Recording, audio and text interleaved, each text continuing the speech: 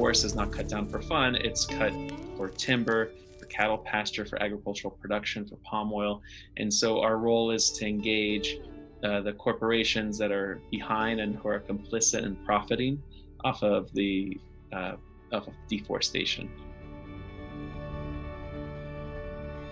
I have been living in the Amazon for the last 15 years, living and working here. I come from the south of Brazil.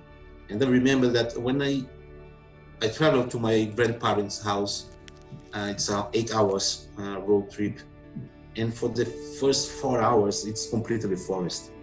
And I saw how this forest become smaller, and be changed by soy fields and cattle ranches. And this, for me, since that time was wrong. Around the world come to see this place that is perfect, and this say change me. How can we just change everything this to put soy and cattle?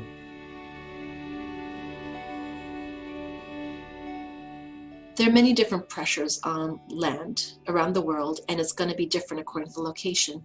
But if we look, for example, at the largest tropical humid forests in the world, the Amazon, the pressures there are clearly driven by cattle ranching, so meat industry, as well as to some degree soy farming, and then to a lesser degree factors like damming for hydroelectricity, gold mining, other types of mining efforts.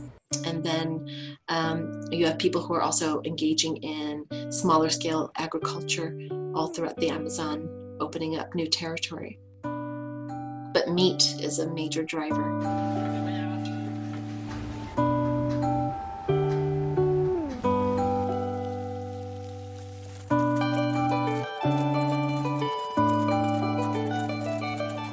Cows require often, large habitats to graze it.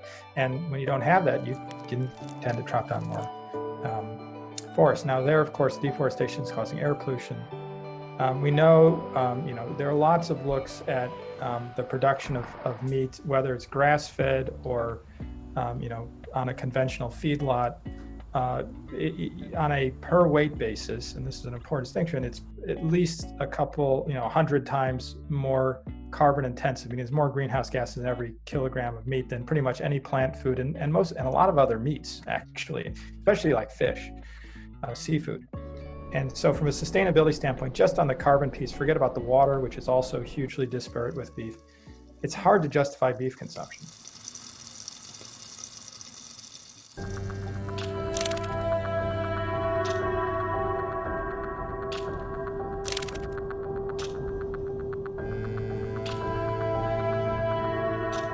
Second biggest in terms of the climate impact is Indonesia. And so even though Indonesia, it's not the same area of, Brazil, because it's not as big. Like even just to give you things in a perspective. So in the past year in Brazil, and just in the Amazon, they lost like 18 Detroits in terms of the scale of how much forest was lost.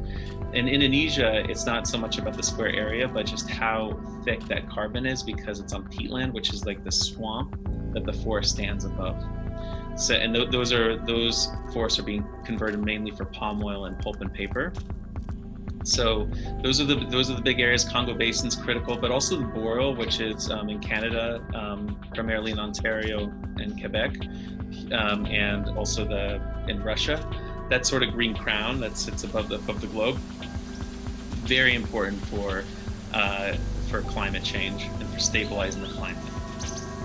I've been working in climate change and disease questions for decades, and it's true that most climate change researchers don't think about the link to disease as much. I think we're thinking about it more and more now, and there's certainly people that have thought about it, but it's not most people think about climate change and what it's going to do to the environment and agriculture and living conditions, and they don't think about climate change with respect to how it's going to affect disease transmission.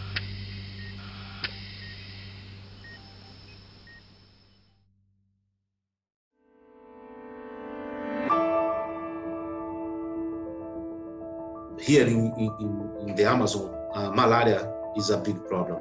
Dengue, it's a big problem. Yellow fever, it's a big problem. And one of the smallest animals that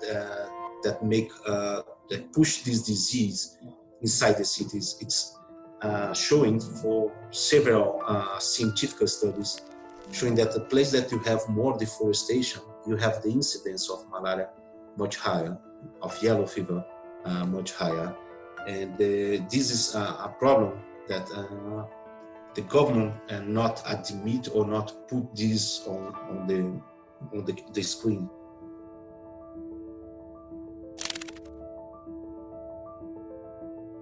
There have been scientists ringing the alarm bell, and one thing that's just like zoonotic diseases and climate change is that there's a great cost of inaction.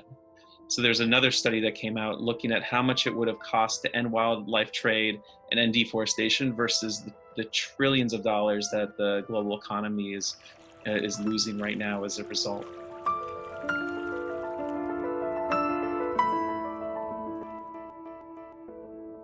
Even if many of us individuals care about more than money, what makes the world turn, unfortunately, to date, is money and power.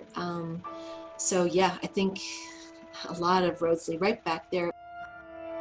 We're spending around $10 trillion to dig us out of the COVID hole, and that's a low-end estimate. And so that's just one virus, right? But let's just consider the one virus for now. We know that deforestation is a major driver of these emerging viruses. So if we spent what we needed to spend based upon the best available science to reduce deforestation by half in the hot spots where we know these viruses emerge, and if we spend what we needed to spend to really monitor wildlife trade for pathogens, which we don't really do at all right now, so the movement of wild animals around the globe that could be carrying stuff, which has led to outbreaks of diseases. If we spend what we needed to spend to do what's called viral discovery, meaning looking in wildlife for viruses in particular that might jump into people, and if we had better surveillance of the viruses that may jump into people in populations at risk. So think about people working in the wildlife trade, people working on farms in hotspots where the pathogens are first likely to show up. If we did all that, we estimated it would cost around $20 to $30 billion a year, globally. And that sounds like a lot of money until you look at the cost of this one pandemic and realize that if you spent $20 to $30 billion every year for a decade, you'd still only have spent about a few percent of $10 trillion. So the bottom line is that when it comes to emerging infections like coronavirus, salvation comes cheap.